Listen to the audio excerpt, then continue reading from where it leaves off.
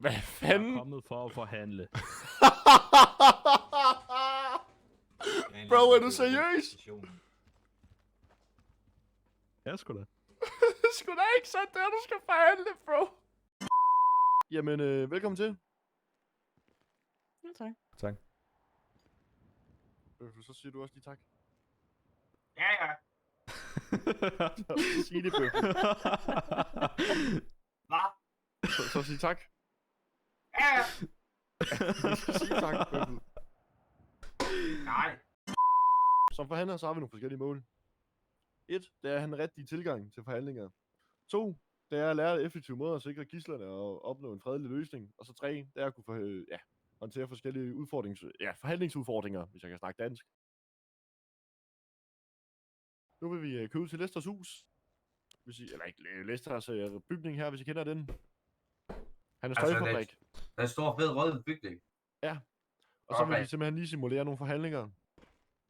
Og der vil det være sådan så, at enten så forhandler I med mig eller Vera, og så den I ikke forhandler med, vil lege den indsatsledder på stedet, ikke? Okay.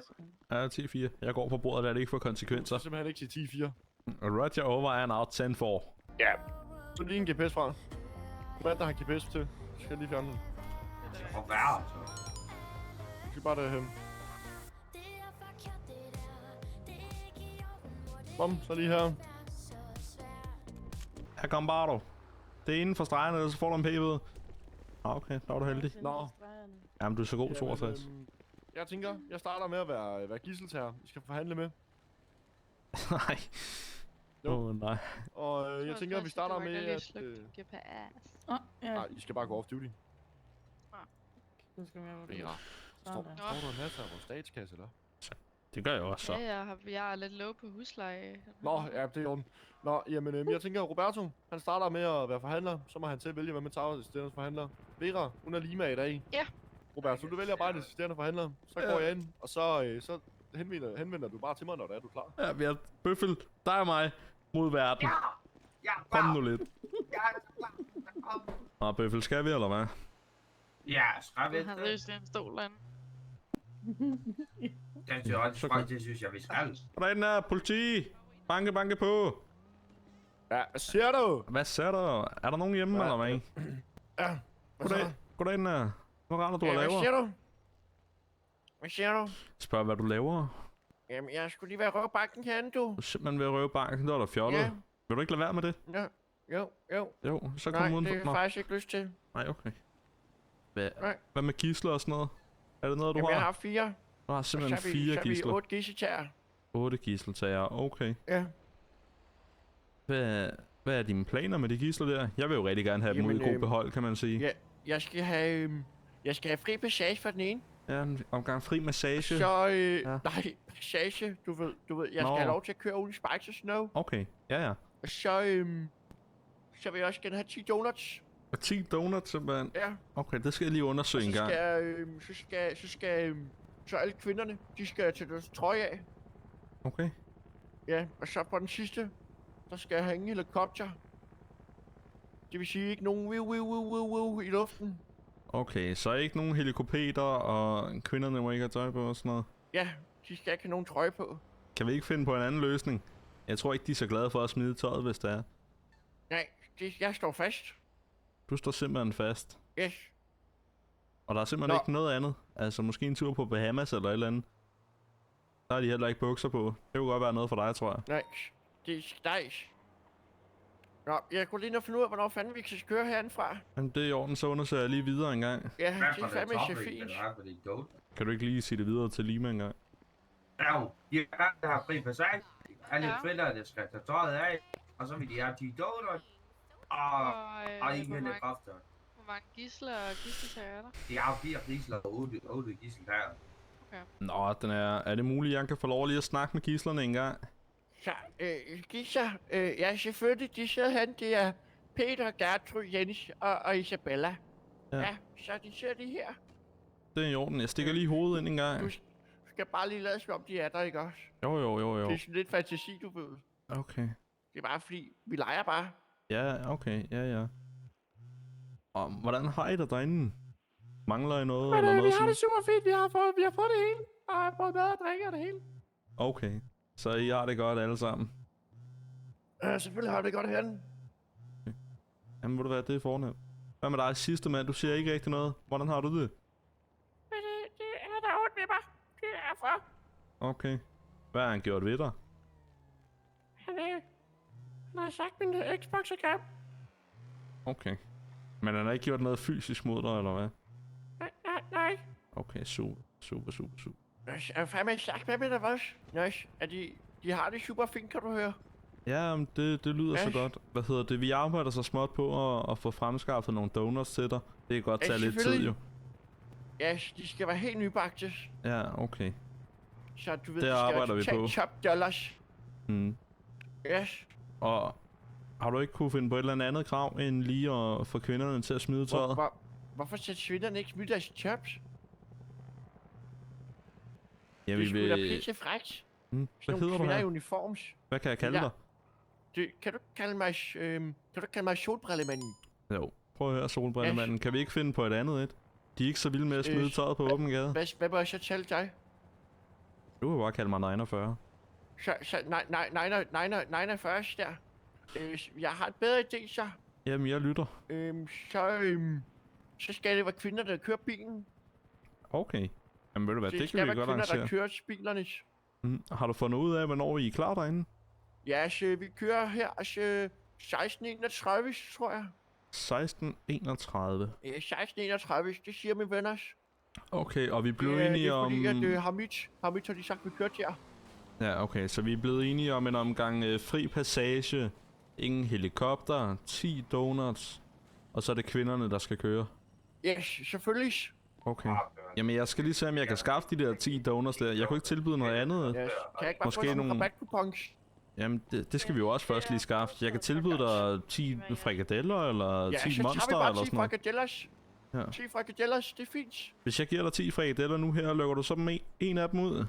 Ja, selvfølgelig. Det er i orden. Så får du 10 frikadeller her af mig. Ja, tak. Og så hvis du lige lukker den ene ud en gang. Så Isabella, så ikke kraftig med hus. Ja, hvad skal? Ikke kraftig med hus, Isabella, så ikke kraftig med hus. Så her, der kommer hun. Okay. Så.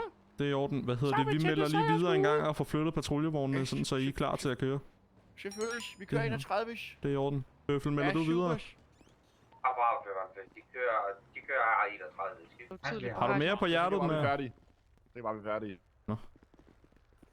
Kedeligt. Jeg bliver syg ud af det der. Det kan jeg godt forstå. Nå, jamen. Og så prøver du at udnytte det for, at de smider tøjet. Nogle lille gæsplads, For bror. helvede. Du er en lille bitte gæsplads. Det kunne du godt tænke dig, Ja, hva'? en lille gris derovre. Nej, blot med grisen. Så tænker jeg, at vi tager... Er det Bøffel, der skal forhandle nu, eller hvad? Ja, det er det super. tror jeg. Nå, jamen, Bøffel, du vælger bare en assisterende forhandler, og kommer over, når du er klar. Har vi dreams ikke ved rent? Mig, siger du? Ja, Ja, men jeg kommer nu her. Rolig. prøv dig, de har på lidt her. Ja, det kan jeg sgu da godt se. Jeg skulle da ikke glemme, vel? Jamen, prøv nu at høre. Hvad vil I, hva'? Hvorfor kommer jeg over til døren? Ja, fordi har du noget folk rigtig bange, vi kan være ude derfra? Jo, jeg har 4 gidsler. Har du 4 risler? Ja. Og hvor mange folk er I derinde? I hvert fald mere end 4. I hvert fald ved at 4. Okay, bare præcis sådan. Mere end 4. Mindre end 6. Så stopper du kraftigt med. Nej, der er gislerne. Jeg skyder dem, hvis ikke du gør noget, mand. Ej, du skal venligst lade være med at skyde. Jeg skyder dem. Nej, lad venligst være med det. Jeg skal bare væk herfra. Nej, hvad mener I? Umiddelbart 4 gidsler. De tror pænt meget med at skyde gidslerne. Bare lige være opmærksom. Han er først skift. Skal jeg kraftigt med 100.000 af gislerne? Det er modtaget. Ej, det kan jeg desværre ikke, I ved. Kan vi ikke finde for en anden løsning? Siger de Det er noget en godt, løsning. at Jeg de skal har have 100.000 af gidsler. Det må jeg desværre ikke. Jamen, så skyder jeg dem. Kom lige med afvend lige. Prøv er først skift. Jeg skyder dem. Nej, kan vi ikke finde for noget andet? Lige med 21 skift. Ja, bare lige være opmærksom på, at han er meget troende. Han har sagt flere gange, at han gerne vil skyde gidslerne også. Er du mulighed for at gå ved og snakke med gislerne? Nej, du skal fandme ikke ind til de gidsler. Det er mine. Jeg vil gerne vide, om de er i liv eller ej. Det må du ikke. Kan jeg bare få lov til at se dem? Nej, Ja, hvordan skal jeg så vide, at de er i liv eller ej? de har det fint. De har det fint. De har det. Prøv at se, Ja. prøv at se. Prøv at se, det er han, det er Jens. Gå ind og sparker til ham. Nej. Og de slår på gidslerne. Jeg tænker, at vi skal tage at rykke ind lige med. Prøv er først skift. Vi har modtaget fra lige med 21. Vi afbrudt forhandlingerne her. Vi får Romeo ind. Hvad siger du? Det er dit skyld, hvis jeg skyder dem. Og 49 mænd, de bliver ved med at sige, at de skyder gislerne, hvis de ikke får penge. 49 skal. Nej, fuck det væk. Skyd mig gidsler. Lige med 12, hvis I lige kan prøve at få ham ind i banken en gang, så sender vi Romeo ind lige om Skyd mig gidsler, hvis det er. Skyd mig gidsler, hvis det er. Lige med... Ja, så godt. Det er Romeo! Det er ikke meningen, du skulle give ham strøm. Selvfølgelig er det er Blomme. Nå, jamen hvordan synes I, det gik? Jeg synes, det gik... ja, nogenlunde. Ikke perfekt, men nogenlunde. Føler, vi skulle have lagt lidt mere pres på, hvis du bliver ved med at røre de der kisler, så fucking smadrer vi jer. Hvordan vil du gøre det perfekt, når der er I tvunget til at rykke ind, når jeg er så fucking ulidelig at snakke med? Bare være lidt mere bestemt, når man ikke er til at forhandle med. Der er jo ikke noget, der hedder en perfekt forhandling. Der er selvfølgelig noget, der hedder en dårlig en. Men når jeg er over for sådan en upålidelig person, og der simpelthen tror med at sparke og slå og skyde gidsler, så er der altså ikke noget, I kan gøre perfekt. Nå, jamen, skal vi så køre tilbage på stationen og komme op i mødelokalet? Skal vi køre race? Nej. What would you say? Jeg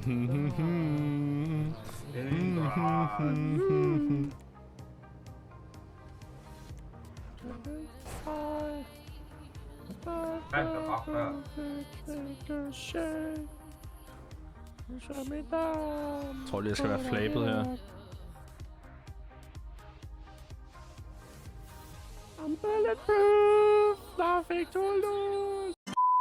Goddag. Den smukkeste Roberto Jensen i politikorpset er ankommet. Ja, det er sgu da klart, du er det svungeste, når du er det eneste for fanden. Det er jo super. Har I noget feedback til det her? Noget I mener, der måske kunne gøres lidt bedre? Roberto, du har helt sikkert et eller andet. Ja, det er sikkert til dig. Ja, det er helt Altså, sikkert, jeg det har helt 100 sikkert noget at gøre med, at der ikke Jeg har 100% noget kritik til dig. Jeg laver en 14-siders... Det har bare ikke Stil, noget at så. gøre med det forhandlercertifikatet. Det har bare Nå. noget at gøre med dig personligt, Nå, Blomme. ja, okay. Men ja, i så fald, så tænker jeg selvfølgelig, nu har I fået certifikatet tilsendt til jer, og det er en god idé, når I forhandler og bliver i tvivl, hvad fanden er nu lige præcis, jeg gør her. Så kan jeg sætte det frem. Det vil selvfølgelig også blive opdateret løbende. Det kan være, at jeg ændrer noget her og der. Og hvis man dapper, så må man ikke være forhandler. Jamen, det er i orden. Tak for dig. Og det betyder, at fremover, så er det sådan set jer i princippet, der simpelthen er de første til at skulle forhandle ved sådan en gidselsagning. Altså, Bøls, hvordan går det ikke med det der sprogkursus der? Ja, for godt. Det var også det for en dag. Vi ses. Jeg fattede ikke, at du mente, at vi kvinder, vi skulle køre. Der var bare noget med nogle kvinder i hvert fald, men det var Noget tøj og kvinder. Ja, noget tøj og nogle kvinder. Det var bare Blomme, der var en gris, der gerne ville have, at jeg skulle smide tøjet.